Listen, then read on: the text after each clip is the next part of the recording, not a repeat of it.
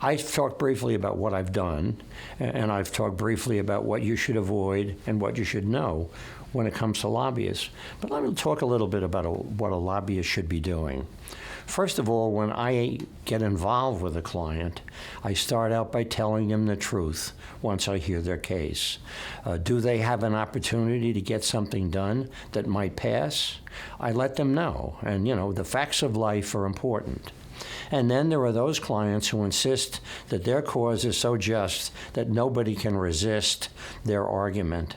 And I have to be the one to say, we're going to make your case, we're going to give people the facts, but your chances of success are somewhere between 0 and even less. I think that's important.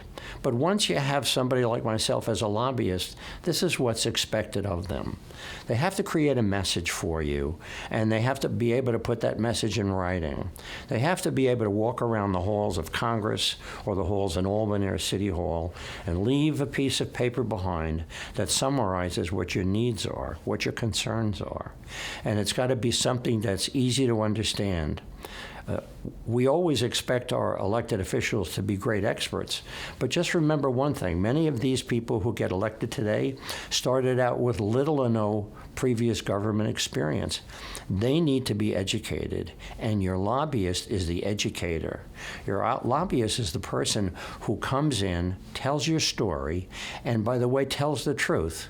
One of the questions that sometimes are asked is, who's against this legislation? And you have to tell them who your stumbling blocks are, because that's important. The idea that the whole world is in favor of what you're doing is something that's going to be pleasing to your client's ears is not necessarily what you want. If there's opposition, tell them about it. But remember one thing about opposition.